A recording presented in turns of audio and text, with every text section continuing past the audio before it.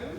So we kind of come together and we try to help out in terms of how we find the difficulties in these situations. I'm also a part of Indoni Space, which is a WhatsApp group for Black women who code. We share our stories and help each other deal with imposter syndrome. We also have an Instagram page where I interview the women and I just ask them to share their journeys and hopefully inspire some women. Because I strongly believe that there's an extent to which our stories are getting lost, and maybe having a hub where it's like you can just find any person's story at any point rather than getting lost in WhatsApp dialogue. I also volunteer for Code Like Her. I volunteered for that last year. It was really fun. We were teaching dollar structures. And someone told me I have a beautiful smile, and I decided to start calling myself a model. That's the history of my modeling career.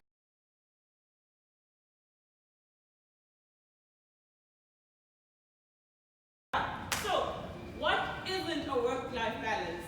In tech, we have this culture of party hard, like work hard and party harder. Tech companies encourage working till 3 a.m. and then drinking booze on a Friday. Like, it's not okay, it's not healthy. It's the reason people burn out. Work-life balance also isn't everything you see on Instagram. Going on holiday up to 6 months of torturing yourself, specifically on holiday.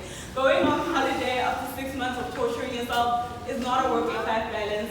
Suffering through a burnout for a year just so you can say, I'm going to Thailand or Italy at the end of the year is not a work-life balance. It places a lot of pressure on the holiday because now you're away for a week.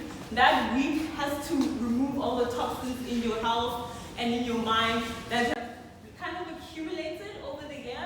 And then you have to go back and after Thailand, and then you have to go back to your company and people you hate and the people Django. This is a Django game thing. And in this picture, the Django sticks are falling apart. And then this is like me on this is a suitcase and it's got balloons and it's running away. This is the 3D art museum. It was just painted on the wall and I was just sitting down. But it's a really good analogy of my life falling apart and me running away. So a work-life balance, you've achieved it when you live a life you don't have to run away from.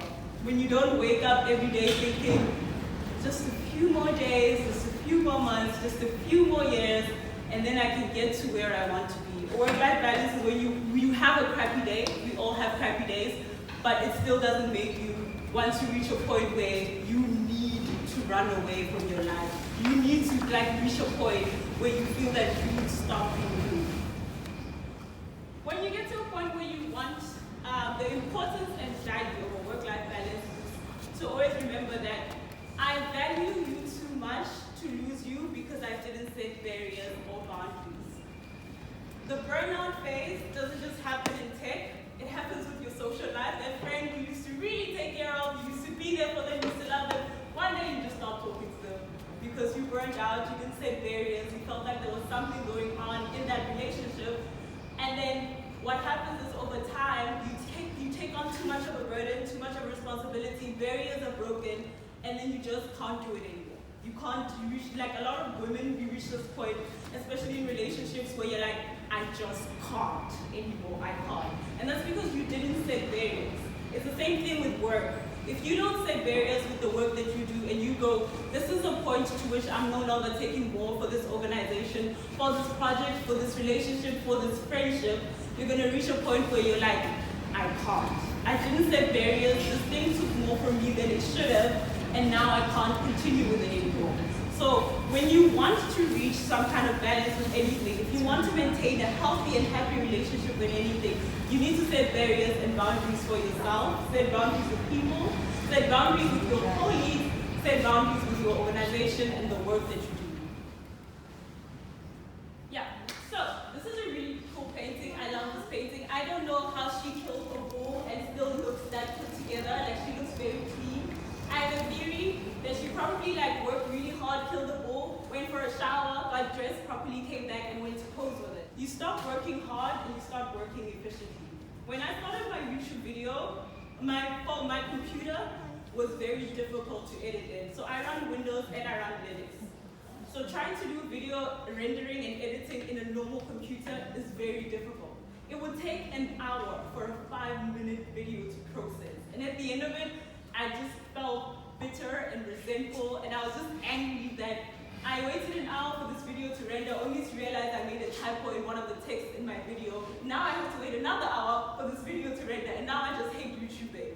But what I did is I just bought some software, and now I edit on my phone, and it takes maximum an hour, which saves me hours of like re-rendering and rechecking, and it doesn't feel like a painful process. Buying that software, yes, it cost me 50 Rand extra a month, but it also saved me 4 hours of editing a week. And it's an efficient approach that cost me a little bit more money, but saved me so much more time. I can spend that time with my friends. I can spend that time doing actual work that I might get paid for and earn more than the 50 Rand I was paid for that product. So don't work hard, try to find the most efficient way to do things. Most of the time, I'm the type of person, if you come up to me and go, let's do this, I'm like, okay, I've already drawn out like a business plan, we're doing this, I've got like people to approach for stuff, and sometimes people come up with random ideas and I'm like, let's go. That can also cause you to burn out because you're saying yes to everything, you find yourself in the middle of everything and to a point where you're like, oh my gosh, what am I doing, what's a priority? And you start doing everything, and when you reflect on the work you've done this week or this month, you haven't done any of the stuff that's really important to you. You haven't strategically chosen where you place your energy and your time, and now you've placed it everywhere except the parts that really matter. So be strategic about the work that you do and ask for help. It's very important to ask for help. When you can hang on to something for 3 hours not knowing what happens, you can ask for help and be helped in 20 minutes. It depends on how much you value time, your company's time, and other people's time. And delegate. Be okay with saying, hey, actually, don't you want to do this? I know I want to do everything, I'm a control freak, but don't you want to do this? It's really difficult because you want to control everything, you want to make sure everything's perfect, but you need to be comfortable with letting go. The World Wide Web categorizes women having a life as having tons of followers and doing yoga, having all these other hobbies, but most importantly also having a spouse. When people ask you if you have a life, they just mean, do you have a boyfriend? Do you make time for your boyfriend? But also it's like, do you perform your duty to society? And that's what we associate having a life with, and it's a very performative thing. But my theory is, having a life, more cool art, having a life is about the things you give yourself. The time you take for yourself. You're not a mom, you're not a girlfriend, you're not a housekeeper, you're not a friend, you're not a sister, you're not a daughter. You're just that time where you're like, you are you, and you're not performing a service to anyone, you are not impressing anyone, you are not pleasing anyone. And this is one of the things I really love about this picture, is that she's just sitting down meditating and everyone's coming at her and everyone's just standing on the other side. And if I was her, I would just be screaming and crying. But she's in the middle of chaos and possible persecution, but she's just like, well, it's kind of my meditation time, so you guys are gonna have to wait here. And that's one of the things, is like, that's what I would like.